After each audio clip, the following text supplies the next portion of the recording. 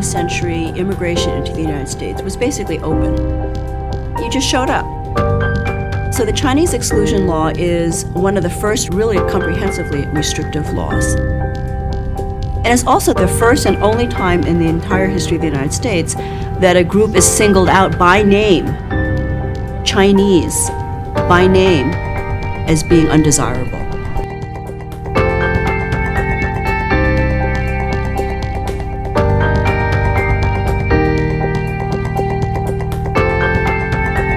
The fear of invasion brought tensions to the border, while across the U.S., a different movement was gaining strength. The eugenics movement, based on junk science, aimed to create a genetically and morally superior population. That meant stricter controls on immigration, only allowing those deemed fit to enter. U.S. health officials were tasked with weeding out immigrants they thought were unfit or disease carriers. They funded a new disinfection plant at the border in 1916. In this facility, every immigrant considered a second-class citizen had to strip naked. An inspector would check each person's body, including private parts, for lice. If they found lice, immigrants would have to shave their head and body hair and bathe in a mix of kerosene and vinegar. In 1917 alone, over 100,000 Mexicans were deloused at the border. That same year, an immigration law made border procedures even more rigid. Immigrants at all points of entry needed to have a passport, take a literacy test, and many would have to pay an $8 head tax. And later that year, the U.S. Public Health Service laid down instructions for border agents about who should be kept out of the country.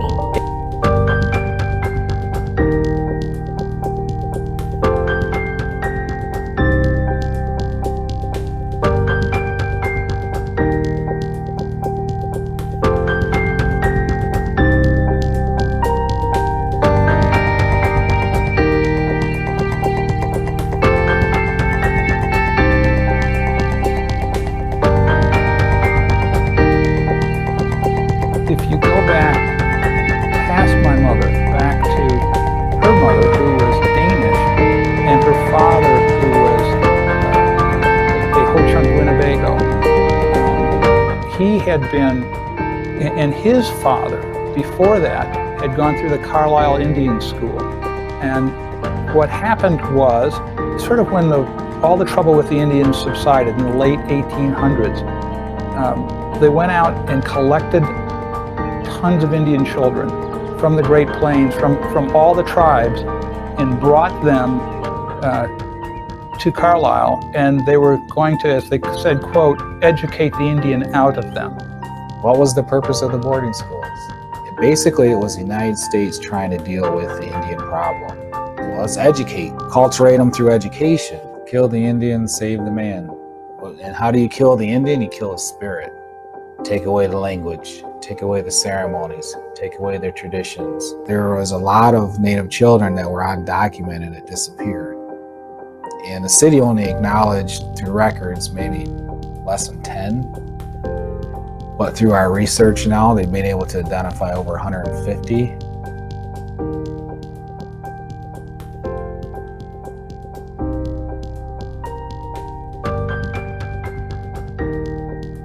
Just as the boarding school era started fading, another assimilation project took shape: adoption.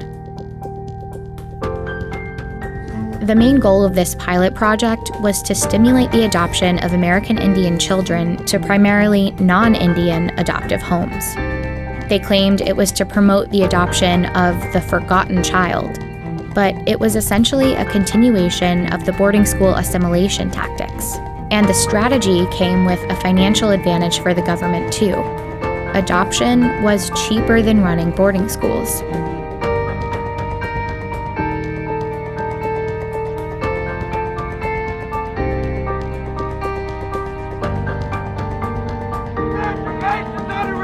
What do we do? These high school students feel dumped on.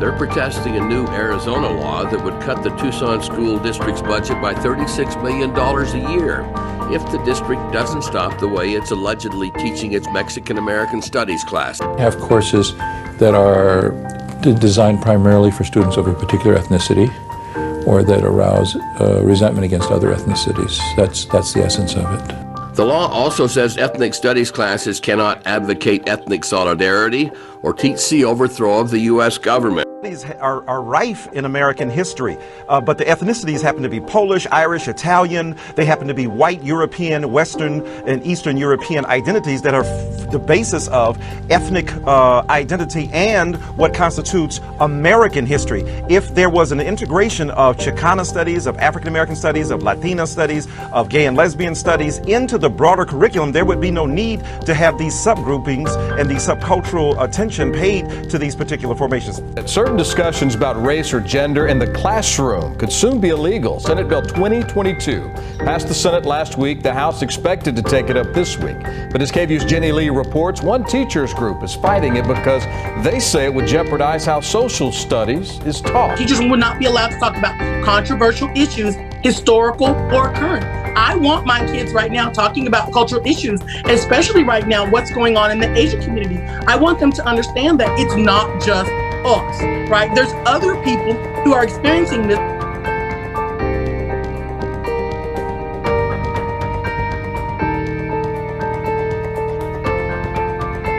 Stories matter.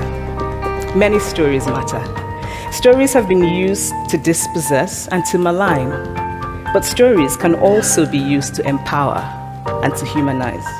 Stories can break the dignity of a people, but stories can also repair that broken dignity.